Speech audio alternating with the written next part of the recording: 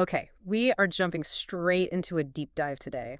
And this one, it really challenges, well, everything, the very concept of reality. Mm.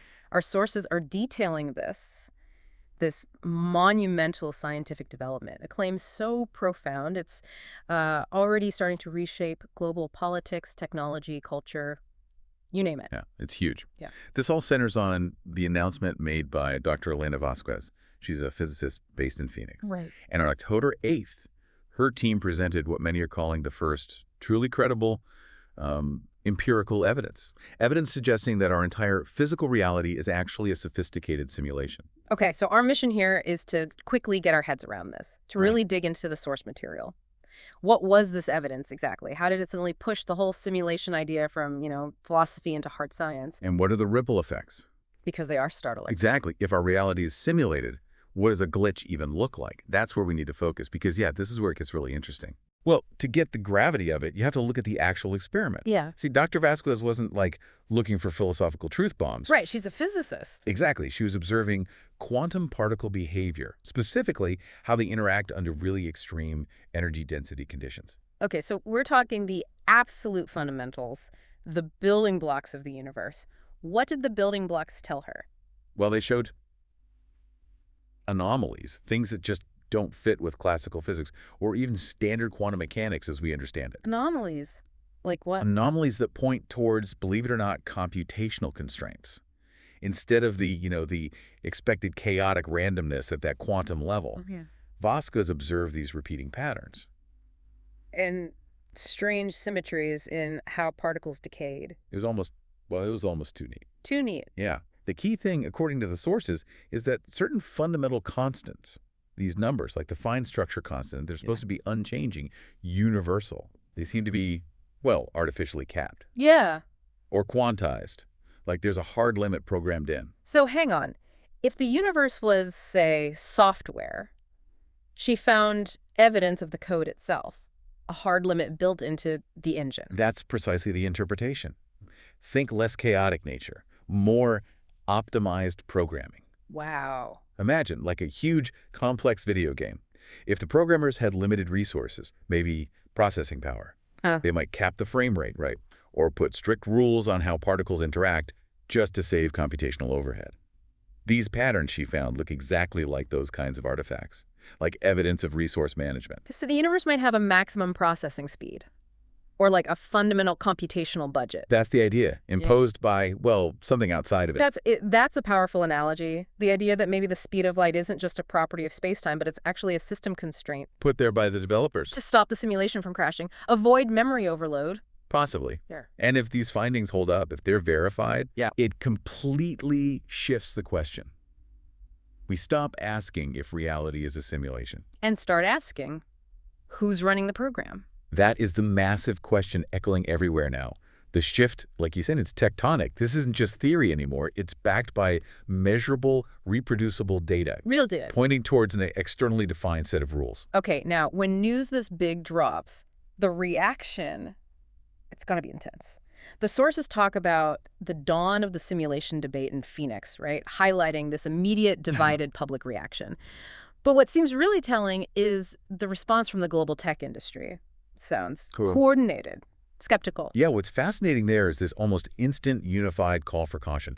Tech leaders, they're not really debating the philosophy of it. No. They're demanding super stringent, independent peer review before anyone jumps to conclusions and accepts this. Okay, but isn't that just, standard scientific practice, good science? Or is there maybe something else going on? Could it be like pure PR from the tech giants? Are they trying to distance themselves because this discovery, it might make their multi-billion-dollar tech look, I don't know, quaint? Or even obsolete. Yeah, if they're just optimizing stuff within a simulated box. The source material suggests it's probably a mix of both. I mean, yes, the integrity of the scientific method is crucial, absolutely. Sure.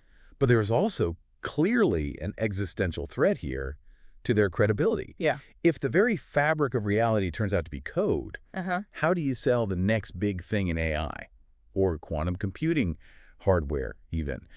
The whole economic stability of that sector kind of relies on the belief that we're in a fixed physical universe. Where human ingenuity is the final frontier. Exactly. And if that frontier is revealed to be, well, a pre-programmed cage, the market value of that ingenuity changes drastically. Right. Okay. That makes the tech caution seem less about just pure science and maybe more about, well, the global financial structure. It's complex. But the sources show this didn't just stay in science and tech circles. It immediately spilled over into politics, which is, I mean, that's an incredibly jarring shift, right? From quantum physics to high-stakes geopolitics. It is. And if we connect this to the bigger picture, this is where the timeline gets, well, stunningly coincidental. How so? The sources point this out repeatedly. A historic ceasefire agreement, one people sought for ages, between Israel and Hamas. Yeah. It happened on the very same day Dr. Vasquez released her findings. Wow. October 8th.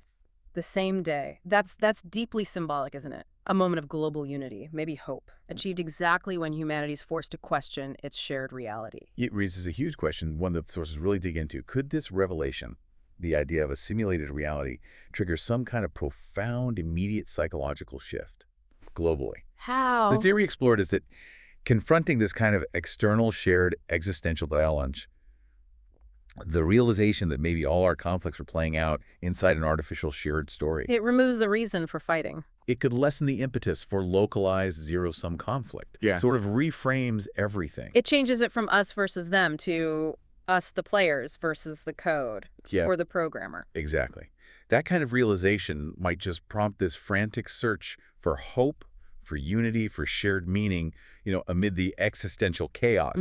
If the rules of the game are set externally, then maybe our internal divisions start to seem, well, petty, almost trivial. Humanity gets forced to reconsider how we treat each other, because the common adversary might be the system itself, not our neighbors. That's the idea being explored. And that search for unity, it has real policy implications too, according to the sources looking at political perspectives. The idea that just knowing we might be in a simulation could lead to new policies promoting actual global cooperation. That sounds huge. The logic is pretty compelling, actually. Leaders, regardless of their usual geopolitical stances, might start seeing big societal challenges differently. Like climate change, global health, economic inequality.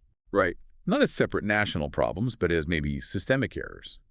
Bugs in the simulation's operating system that affect all the players equally. Okay. And this shared understanding that we're all subject to the same underlying rules, the same physics bugs. It could foster collaborations that were just politically impossible before. It elevates the whole conversation. We stop talking just about borders and start talking about shared systemic challenges. Okay.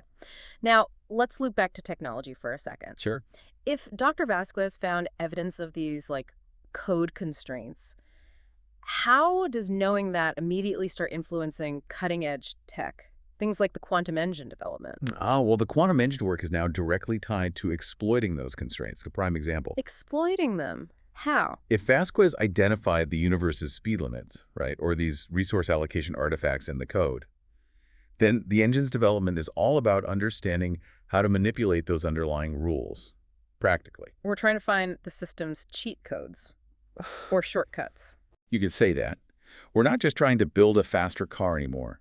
We're trying to build tech that maybe leverages the discovered rules of the road itself. Okay, so harnessing these techs could open up totally new capabilities. Instead of just slightly better power sources, maybe we find ways to tap into energy allocated by the simulation itself. Wow. Or for transportation, maybe manipulate local space-time using these code shortcuts to bypass physical distance limits somehow.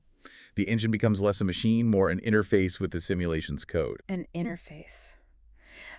Meanwhile, back on the ground, in Phoenix, the epicenter of all this, the cultural shift sounds remarkable. The sources paint this picture of a community grappling with it all, with this mix of fear and fascination. Yeah, a very tense mix. It's created this vibrant, almost chaotic public dialogue. This isn't just abstract physics anymore for people there. Yeah. It's like a fundamental identity crisis playing out in real time in public forums. Curiosity is exploding, conversations everywhere, classrooms, family dinners, social media feeds. What are they talking about? People are debating specific simulation theories. Are we in a training program, a historical study? Are some of us just conscious NPCs? They're trying to reconcile their own beliefs, spiritual or otherwise, with this idea of a programmed existence. The sources even mention local art and architecture starting to change. Artists putting deliberate repeating patterns, visual glitches into public works. Yeah, trying to reflect this perceived fragility of their environment.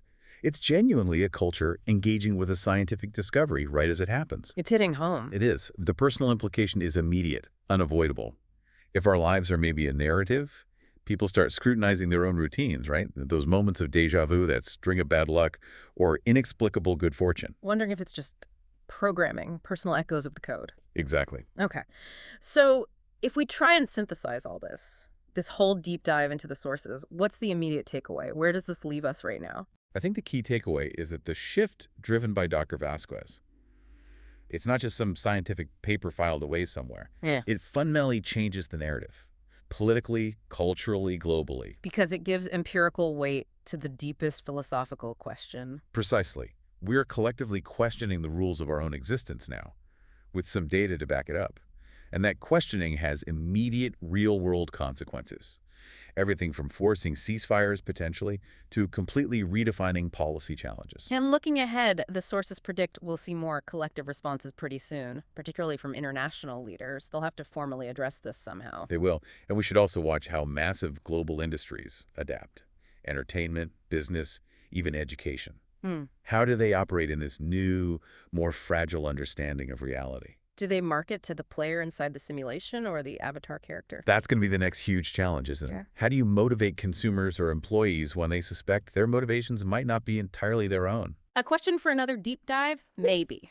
But for you, listening right now, if our reality truly is this shared interconnected narrative, maybe defined by code constraints, what specific anomaly or pattern in your daily life, that recurring coincidence, that feeling you've been here before, that inexplicable luck, good or bad, do you maybe now see as a potential glitch in the system?